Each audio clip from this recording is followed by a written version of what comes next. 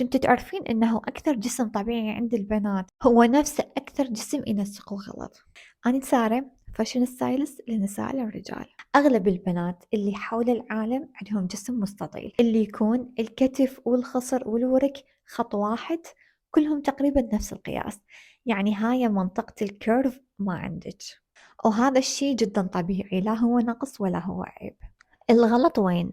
إنه أغلب البنات يلبسون تيشيرت عريض بنطلون عريض فمباشرة راح يبين جسمهم مستطيل، وبعدين تقولي ليش جسمي هيجي؟ أي قطعة تحدد الخصر هاي تعتبريها صديقتك المفضلة.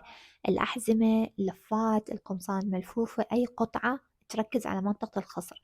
بناطيل هاي ويست، تنورات هاي ويست، جينزات هاي ويست، جاكيت قصير أو مربوط على الخصر. وإذا كنتي محجبة وتريدين تلبسين هذا اللبس فتقدرين بحركة بسيطة إنه تضيفين حزام، ومن بعيد راح يتحدد الخصر مالتك، لأنه البنطلون الهاي ويست راح يوقف على أضعف نقطة عندك بالجسم وهي الخصر مالتك. تخلين حزام فهيجي راح يتحدد إنه أنا هذا الخصر مالتي وها هي. بالنسبة للبنات اللي يحبون الدشاديش والجلابيات أو مثلا الفساتين والبدلات والعبي فيقدرون يلبسوها بهاي الطريقة، يخلون حزام على الخصر، أو مثلا يخلون من ورا. أكو هواية فساتين بيها من ورا حزام يقدرون يضبوه حتى تبين منطقة الخصر. إذا كنتوا حابين إنه جسمكم يبين كيرفي وعندكم خصر، بمكان ما تشترين سوت يكون بيه السترة هيك عريضة وأوفر سايز تقدرين تلبسين هاي السترة. لا تنسين تسوين لايك وفولو وتابعيني حتى تشوفين الجسم الورا.